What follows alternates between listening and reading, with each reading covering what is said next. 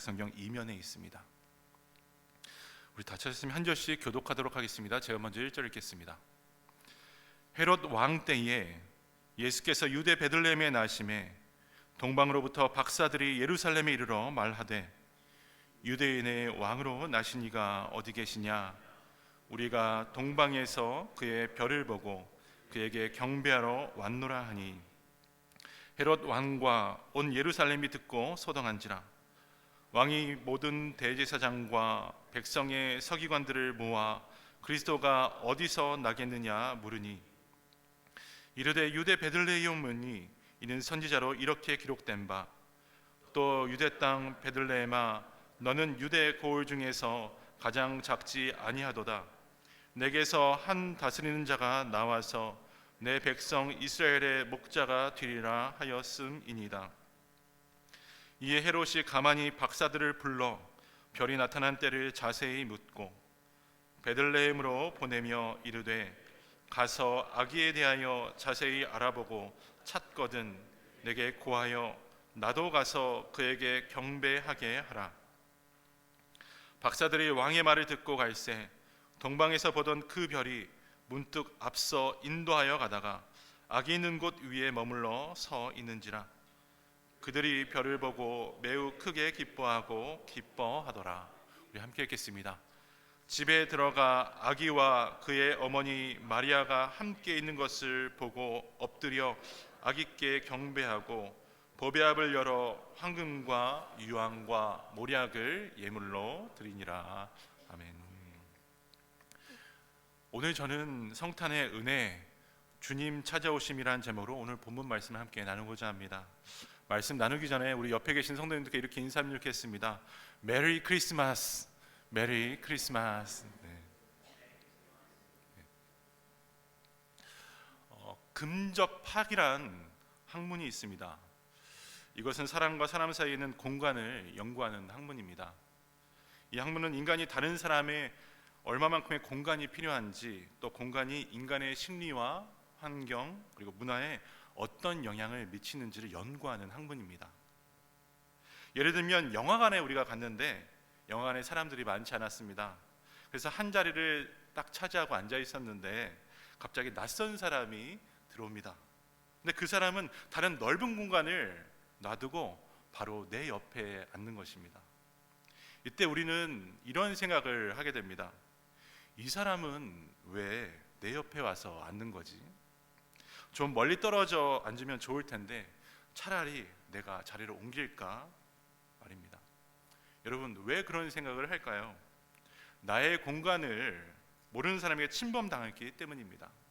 그래서 지나치게 가까이 온 그 사람으로 인해서 불편한 마음이 생기는 것입니다. 근데 반대 현상도 있습니다. 친구와 모처럼 극장에 갔습니다. 영화 구경을 갔습니다. 그런데 당연히 내 옆에 앉을 줄 알았던 친구가 나에게 서운한 일이 있었는지 생각하게 된 것입니다. 다른 데 앉는 것이에요. 그러면 어떻게 되겠습니까? 또 불편해지겠죠. 이처럼 공간이란 인간이 가지고 있는 삶의 자리가 됩니다.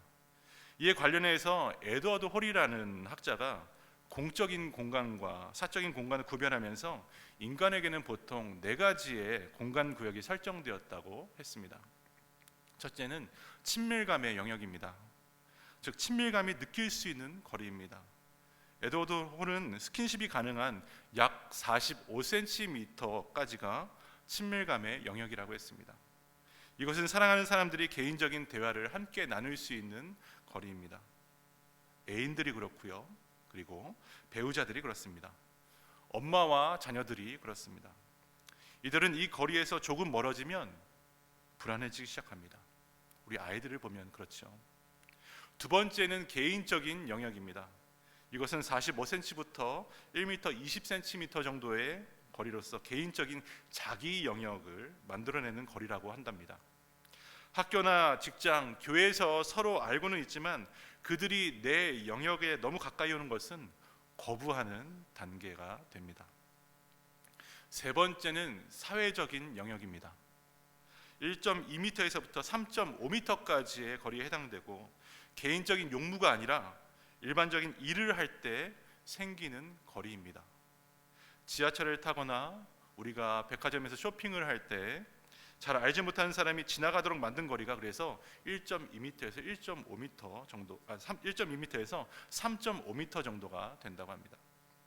네 번째는 공적인 거리가 있습니다.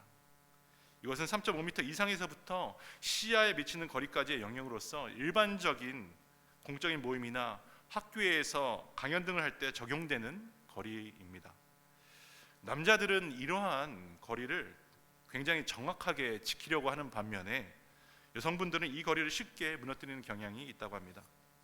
그런데 단 한 가지 분명한 공통점은 서로 좋아하면 어떤 방법을 취해서든지 가까이 자꾸 가려고 한다는 것입니다. 서로 사랑하면 개인적인 자기 공간도 쉽게 무너뜨립니다. 사랑하는 사람에게는 나의 공간에 언제든지 들어와도 괜찮다고 말합니다.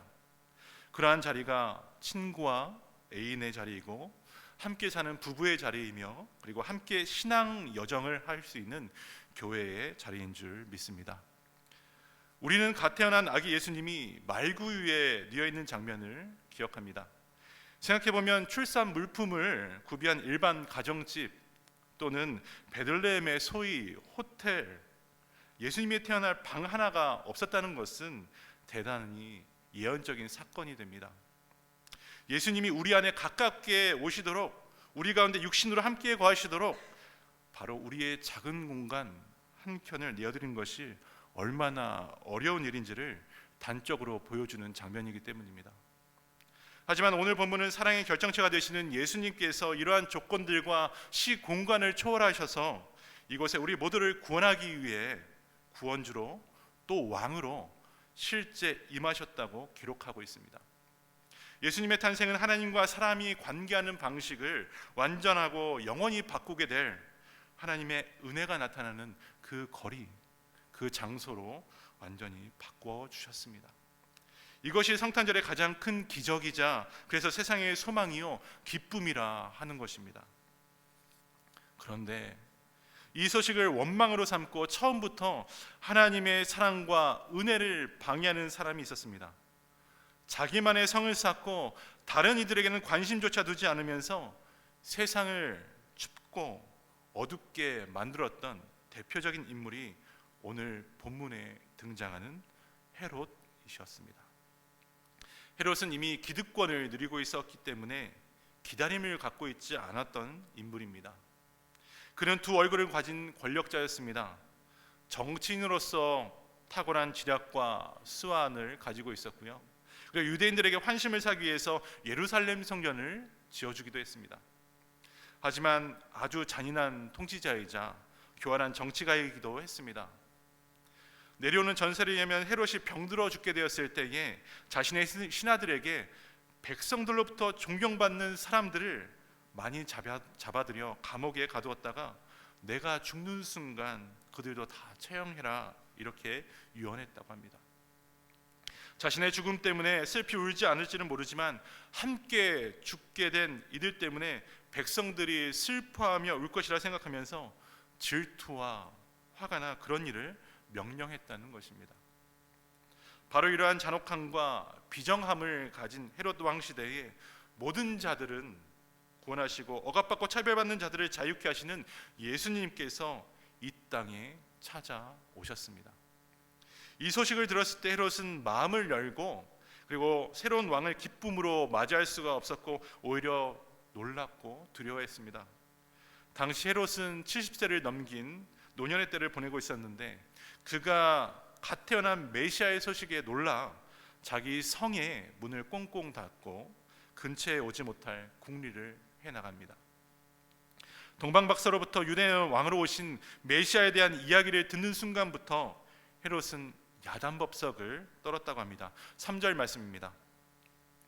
헤롯 왕과 온 예루살렘이 듣고 소동한지라. 권력을 가진 자는 나이가 많든 그리고 적든 또 다른 힘을 가진 사람들의 등장은 매우 껄끄럽게 생각합니다. 마치 자신의 힘으로 일구어놓은 이 장소가 침범당하고 손상된다 생각하기에 자기만의 공간에 누구를 초대하기란 이처럼 어려운 것입니다. 동방박사의 이야기를 들은 헤롯은 그래서 이렇게 이야기합니다. 8절 말씀입니다. 베들레헴으로 보내며 이르되 가서 아기에 대하여 자세히 알아보고 찾거든 내게 고하여 나도 가서 그에게 경배하게 하라. 하지만 이 말은 거짓말이었습니다. 그는 아이를 찾아 죽이기 위해 아이가 어디에 있는지 알아야 했던 것입니다. 헤롯은 본래 유대인이 아닌 이방인으로 그리고 로마의 파송을 받은 유대 지역의 왕이었습니다. 그래서 왕이 태어났다는 말에 민감할 수밖에 없었습니다. 박사들에게는 자신도 가서 경배하겠다고 했지만 아기가 태어난 것을 알려달라는 것입니다. 그러나 그 아이를 그는 찾지 못했고 결국 그 지역 2살 미만의 남자아이들은 다 죽여버립니다. 하나님의 아들을 죽이려는 계획을 세운 것입니다. 이 세상 한 부분을 겨우 의지하는 연약한 왕이, 이 세상 왕이 온 우주의 왕을 향해 정면 대응을 하고 있습니다. 그가 예수님을 죽이려 한 이유는 한 가지입니다. 바로 자기가 만들어 놓은 공간, 이 영역을 지키기 위함이었습니다. 사랑하는 여러분, 오늘날에도 자신의 이익과 권력을 위해서 예수님을 무시하고 이용하려는 방해자들 우리 주위에 얼마나 많이 있습니까? 자기의 성 안으로 절대 들어오지 못하게 하는 사람들이 또한 얼마나 많이 있습니까? 혹시 입으로는 예수님을 주라고 고백하면서도 실제로는 내가 내 자신을 위해서 마음대로 살고 있지는 않습니까? 하지만 기억하여야 합니다. 이런 방해자들이 가득했던 암울한 곳에 바로 예수님이 등장하셨습니다. 가장 어두울 때 하나님은 더욱더 가까이 거리를 좁히시면서 찾아오셨습니다. 가장 절망적일 때에 하나님은 이처럼 소망의 역사를 만들기 시작하십니다. 이것이 하나님의 사랑의 섭리가 됩니다. 이 믿음으로 우리 자신을 돌아보고 회개함으로 구원자 되신 예수 그리스도 앞에 나가는 성탄주일 되기를 간절히 바랍니다. 예수님 오신 기쁨 성탄의 소식을 들은 또 한 부류의 사람들이 있었습니다. 그들은 말씀에 능통했던 제사장과 그리고 서기관들이었습니다. 헤롯은 예수님의 탄생 이야기를 듣자마자 오래전부터 성경에 예언된 왕의 출현이라는 것을 직감적으로 알았습니다. 그리고 자기 자리가 빼앗길 것이라 생각되자 그의 마음이 요동치기 시작합니다. 그리고 즉시 대제사장들과 서기관들을 모아서 그리스도가 어디서 나겠느냐라고 묻습니다. 그러자 정확하게 그들은 베들레헴이라고 대답합니다. 그들은 유대인의 왕이 베들레헴에서 태어난다는 것을 알고 있었습니다. 4절에서 6절 말씀입니다. 왕이 모든 대제사장과 백성의 서기관들을 모아 그리스도가 어디서 나겠느냐 물으니 이르되 유대 베들레헴이오니 이는 선지자로 이렇게 기록된 바 또 유대 땅 베들레헴아 너는 유대 고을 중에서 가장 작지 아니하도다 내게서 한 다스리는 자가 나와서 내 백성 이스라엘의 목자가 되리라 하였음이니라. 하지만 참 이상합니다. 베들레헴에서 바로 자신들을 구원할 메시아가 태어났다는 소식을 듣고도 아무도 그곳으로 가지 않았습니다. 말씀대로 왕이 이 땅에 태어났으니 가장 축하하거나 기뻐해야 할 대제사장과 서기관들 아니겠습니까? 그러나 그들은 미동조차 하지 않습니다. 베들레헴에 가기는커녕 오히려 이 베들레헴 안에 거하지 않은 것을 다행이라고 생각합니다. 왜 그럴까요? 왜 그렇습니까? 이 깨어지고 결핍된 세상의 공간에 완전하시고 온전한 예수님이 오셔서 메꿀 것이라는 것을 알았기 때문에 이제 베들레헴과 예루살렘은 곧 전쟁통이 될 것을 알고 두려움과 공포에 빠졌기 때문입니다. 메시아의 탄생에 대해서는 잘 알고 있었지만 구원자 되신 예수님이 보호하시고 우리를 인도하실 줄을 믿지 않았고 눈에 보이는 상황과 환경에 말씀을 그냥 끼워 맞추고 있었을 뿐입니다. 자신들이 물론 헤롯 왕처럼 예수님을 죽이려고 하지는 않았지만 아기 예수에게 관심을 보이기보다 앞으로의 일어날 판세를 세어보면서 손해보기 싫었고요. 아직 별다른 행동이 필요하지 않다면서 거리를 둔 방관자들이었던 것입니다. 사랑하는 여러분, 바로 이것이 문제입니다. 오늘날 많은 사람들이 왜 하나님의 아들이 이 세상에 태어나야 했는지 그 이유를 모르고 또 알 필요가 없다고 합니다. 하나님께서 하시는 일이라면 우리가 힘들어하는 것에 힘을 주시고 복을 주면 되는 것이지, 왜 굳이 이 땅에 오셔서 너의 왕이다, 너의 주인이라 하는지 그저 피곤할 따름이라고 합니다. 하지만 사람들의 가정에, 사람들의 일터에 예수님이 오셔야 할 분명한 목적은 무엇이었습니까? 그냥 이 세상에서 맛있는 밥 잘 먹고 결혼하고 돈 벌고 편안하게 사는 것이 정상적인 삶이라 합니다. 그러나 성경은 이것이 전부가 아니라는 것입니다. 우리는 반드시 왕 되신 예수님과 인격적인 관계를 맺고 살아야 합니다. 구원받고 그리스도 그 안으로 들어가서 내 안에 주께서 살고 내가 주 안에 사는 삶으로 나가라고 말씀하십니다. 바로 그때의 전쟁이 아니라 하늘의 평안이 깃든다고 말씀하고 있습니다. 오직 내 안에 그리스도께서 사시는 이 은혜를 위해서 예수님은 직접 가장 낮은 말구의 자리로 찾아오시고 들어오셨습니다. 바라기는 방관자가 아니라 낮은 자리처럼 보이지만 사랑이 충만한 그 자리로 여러분 빨리 나가시기 바랍니다. 그리고 예수님을 찾고 감사와 기쁨을 올려드리면서 임마누엘 되시는 주님과 함께 동행하는 주의 자녀 되기를 축복합니다. 이제 동방에서 메시아가 태어났다는 것을 알고 유대 땅을 찾은 이방인들이 있었습니다. 별을 따라 먼 곳에서 예수님을 찾아 나선 동방 박사들이었습니다. 그들은 아기 예수님을 찾아 멀리 떨어졌던 거리를 점점 좁혀갑니다. 더군다나 예수님이 누였던 그 공간으로 그들은 찾아 들어갑니다. 그리고 그 앞에 엎드려 경배했을 뿐만 아니라 황금과 유황, 모략을 예물로 드렸다고 합니다. 세상 속에 있던 자신들의 공간을 주님의 공간으로 일치시켜 버린 것입니다. 11절 말씀 우리 함께 읽겠습니다. 시작. 집에 들어가 아기와 그의 어머니 마리아가 함께 있는 것을 보고 엎드려 아기께 경배하고 보배압을 열어 황금과 유황과 모략을 예물로 드리니라. 그 예물은 예수님이 진정한 왕이요 그리고 온전한 대사장이며 구세주임을 상징하였습니다. 그들의 관심은 유대왕 헤롯도 아니었고 그리고 찬란하게 빛나는 별도 아니었습니다. 오직 예수 그리스도 한 분뿐이었습니다. 동방 박사들이 별을 따라 그 먼 길을 찾아올 때에, 달려올 때에 그들은 죽을지도 모르고 중간에 도둑자를 만나서 보물을 다 빼앗길지도 몰랐던 일이었습니다. 더구나 그들은 그들의 목적지 곧 예수님이 태어난 곳이 어디인지는 처음부터 알지도 못했습니다. 무작정 별 하나를 따라 생명을 다해 길을 찾아 떠났습니다. 그래서 만난 분이 누굽니까? 바로 예수님입니다.